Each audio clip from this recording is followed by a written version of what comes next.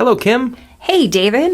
So let's talk about the Lost Colony at Roanoke. So this is something I've been learning a lot about lately, and I think is really interesting. You know, we often think about this just in terms of the spookiness of there's this colony and it disappeared and we still don't know what happened to it. But actually, I think it has a lot to say about the process of colonization in the New World and the many political and weather and economic factors that went into making a colony successful or not successful. So set this up for me. What is going on during the period of this early settlement of what they called Virginia, but actually turned out to be where, Kim?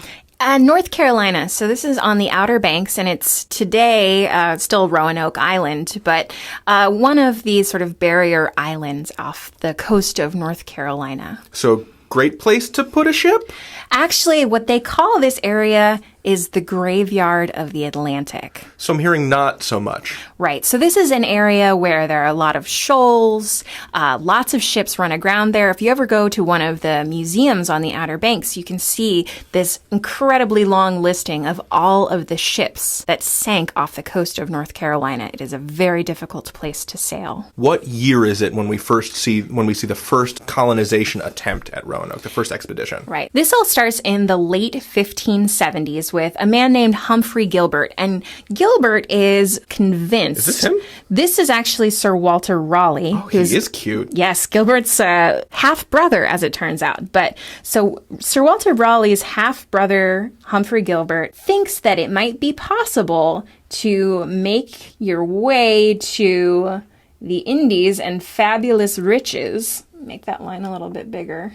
By going on top of North America. So he thinks there's a waterway here. Okay. So he convinces Queen Elizabeth, then on the throne of England, to give him a charter to try to plant a colony somewhere on this side of North America. So they're looking for the Northwest Passage is Right. what they're looking for. They're looking for the Northwest Passage. They're hoping that they can find gold. And what they want to do more than anything else is just mess up Spain's chances in the New World. Because Spain, starting with Christopher Columbus, has been the leading old world power in the New World. They're just like trucking back the gold and silver. And most of what England has done up until this point is find Spanish ships that are coming back from Mexico, from the West Indies, and put what are called privateers, which is a nice word that the English use to mean pirate, to steal things. State-sanctioned piracy. State-sanctioned piracy. So like Shakespeare is like a young man at this time, right? Yes. Like that is the period of Elizabethan England that we're looking at right now. Yeah, it's kind of in some ways a golden age, but when you think about how well the English are doing when it comes to colonization, it is not a golden age. They are way behind. So they're hoping maybe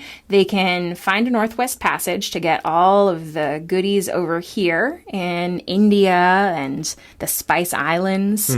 They're hoping that maybe they could find some good minerals in this area, get some gold of their own, but at the very least, they'd like a nice port from which their ships could go out and steal more stuff from Spanish ships.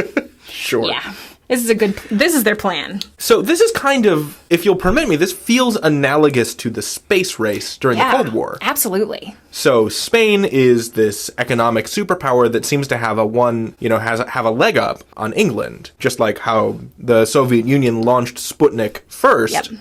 Got a satellite into orbit above Earth, and that spurred the United States to be like, no, we're going to have a moonshot. Yeah, and it kind of turns out the same way in some aspects because, as we know, we're sitting here in California, we're speaking English. Right. Because eventually England is going to win its way to dominance in this entire region. But originally, Spain gets off to the fastest start, and England is just desperate to catch up. So, unfortunately, Sir Humphrey Gilbert dies.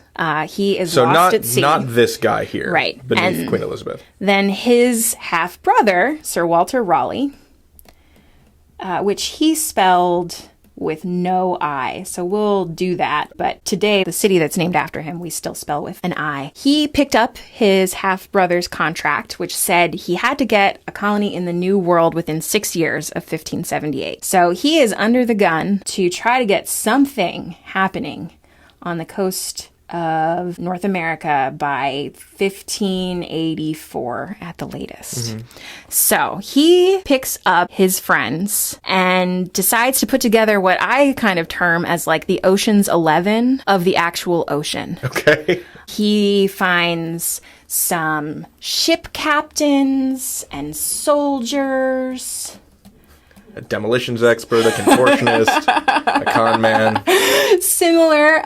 This is like the 1500s version of this. Sure. He gets an artist who we'll talk a lot more about. That's John White. That's John White. He gets cartographers. Like, he gets what he considers his A-team to go out and explore this coast, pick up where his half-brother left off. The only problem was that Sir Walter Raleigh and Queen Elizabeth were sweethearts. Aw. And she forbid him from going on this dangerous journey. After all, his brother had also died on this journey. So she loved him too much, said, "You can't go." But his friends went. So this is their first journey, and they go to North Carolina. They called it Virginia because this whole area they named after Queen Elizabeth. The Virgin Queen. The Virgin Queen. And a lot of the things in this time period are kind of named after her because all of these fellows were trying to capture her heart. So they go, and what's really interesting about this is that John White, this artist, shows us so much about what this area was like. And I want to show you some of the paintings that he made in this time period. So who were the native people that this expedition encountered?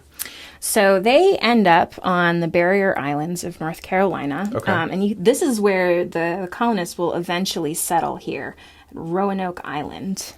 The major Native American groups in this area were Algonquian speaking. Okay. So they are kind of in the middle of what we would call the East Coast today. So this is a Tidewater people. They're a Tidewater people. You can see that they live in longhouses, like other Algonquian peoples. And these are primarily the Sikatan people and the Croatoan people.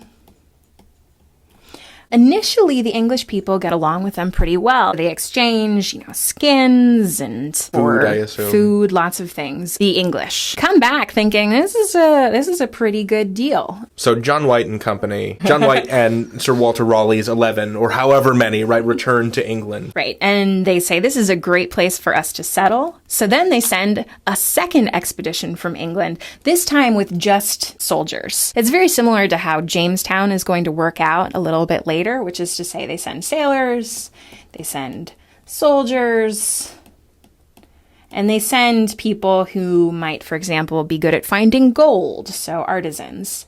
And they're hoping to kind of get rich quick. They think maybe there are mountains nearby that might have gold or gems in them. Or perhaps they're always asking the native people, do you have anything shiny? Have you heard of anything that's shiny nearby? Because they want to make their investors back in England happy by making a big profit. So this is like halfway between a forward operating base and a trading post. Exactly. Okay. So they're not thinking about long-term settlement. But they're left there over the winter with the Sikatan people. And this is just a bunch of rowdy soldiers who thought they were going to get rich quick, and they don't, because there's no gold in North Carolina, not like there is in the South that the Spanish do so well with. And they quickly come to grief with Native Americans. They steal a lot of their food. Who steals whose food? So the English steal the food of the Sikatans, and they end up getting into a brawl over the possible theft of a silver cup.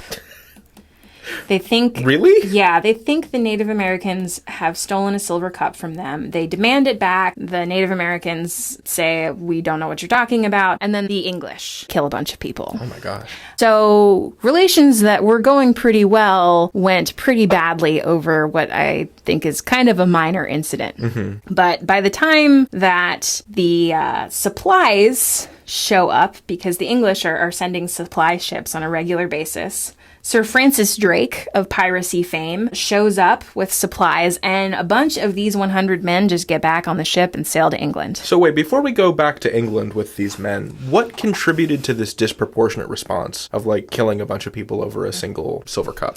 I think a lot of it was that many of these men, now and on later expeditions, are English veterans of the war in Ireland. So there's an Irish rebellion against English rule there, and the English take a very brutal stance toward the Irish. They just burn their villages, they decapitate Irish people and line their heads along sidewalks. I'm not making this up. Good Lord. So they're veterans of this really brutal Irish repression. And this is something that I think you see a lot with English people when they first are meeting Native Americans. They treat them like they treated the Irish, which is to say very badly. They treat them as savages who are a different religion, who need to be subject to the English and need to be taught early on that they need to obey the English. So what happened after that, Kim? We'll get to that in the next video.